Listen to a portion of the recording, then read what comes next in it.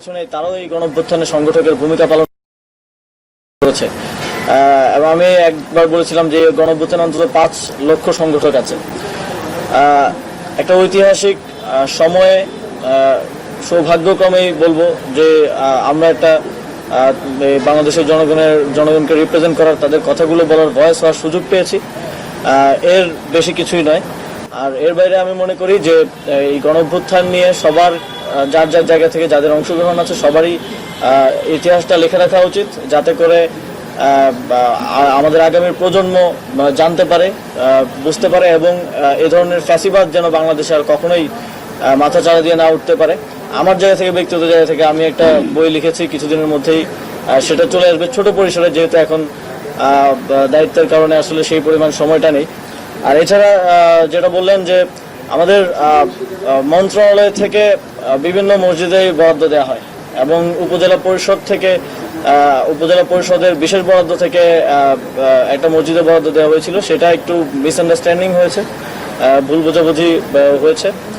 আর হ্যাঁ, এই তো। আচ্ছা, আপনি যে স্থানীয় সরকার নির্বাচন বলছেন, একজন মানে নিজেদের মতো করে লিখে, সেক্ষেত্রে কোনো ধরনের বিশৃঙ্খলা হতে পারে কিনা? দেখেন, আপনি তো মাঠে কাজ করেছেন, গণঅভ্যুত্থানের সময় সংবাদ সংগ্রহ করেছেন, মানে you have your part of the stories. আপনি একভাবে দেখেছেন, আপনি এক জায়গায় ছিলেন, সেখানে তো আমি ছিলাম না। আবার অন্য এক জায়গায় দেখেছে, অন্য এক জায়গায় ফাইট করেছে, সংগঠকের ভূমিকা পালন করেছে। তো সবার যার যার স্টোরিটা লেখা উচিত। এখানে ওভারল্যাপিং হতে পারে, এখানে কিছু জায়গায় হয়তো কনফ্লিক্টও হতে পারে, কিন্তু একজন সাধারণ মানুষ হিসেবে যখন আমরা 10 জনের কথাগুলো বলবো, তখন একটা ওভারঅল আইডিয়া আমাদের চলে আসবে যে আসলে কি হয়েছিল। এখনো অনেকগুলো জিনিস আসলে আমি নিজেও হয়তো অনেকগুলো বিষয় জানতে পারিনি, কারণ গণঅভ্যুত্থানের একদম উত্তাল সময়ে 10 দিন আমি ডিসঅ্যাপিয়ারেন্স অবস্থায় ছিলাম। তো সেগুলো আমিও মনে করি যে এই লেখাগুলো আসলে হয়তো আমার জানার জন্য সুবিধা হবে। জাতীয়ভাবে কোনো উদ্যোগ নেওয়া যেতে পারে কিনা?